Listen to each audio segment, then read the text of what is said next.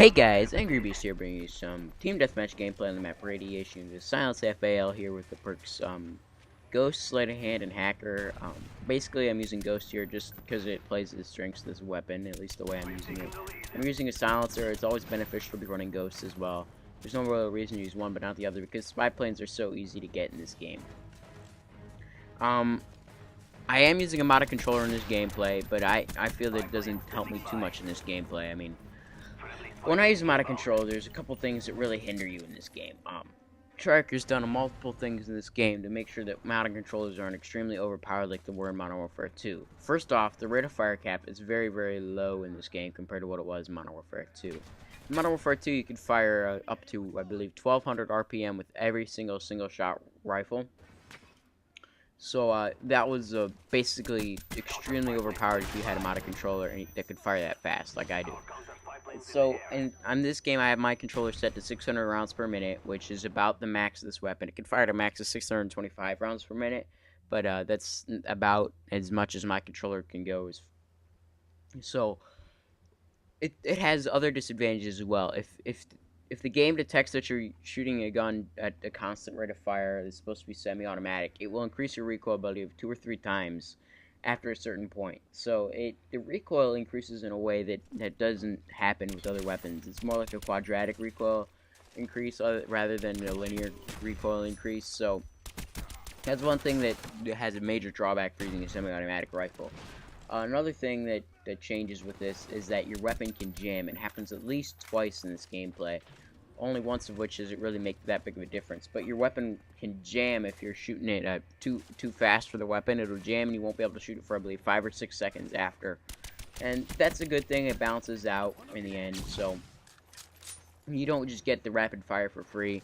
You're trading up your rate of fire for more recoil and the chances of your gun not actually working.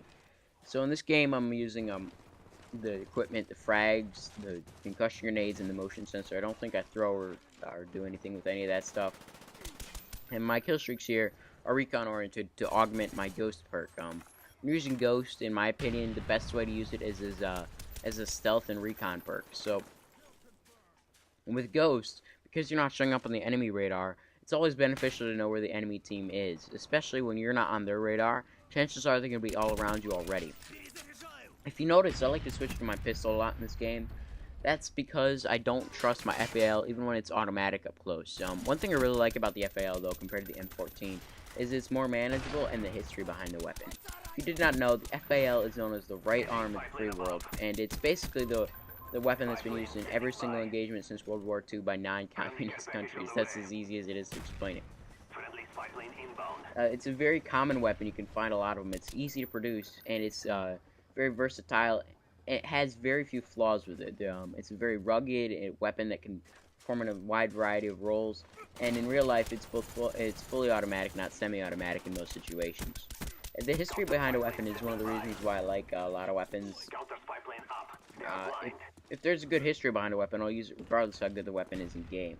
Uzi is one example of that. Uzi has a very cool history behind it. I won't get into that for this video, but it's very interesting how that weapon came to be. And with this weapon, you really have to play to its strengths. If you're using suppressor on it, you want to be running Ghost, you want to be playing defensive. This is not an aggressive weapon by any means. Even when it is fully automatic, it has one of the worst draw times after sprinting and one of the worst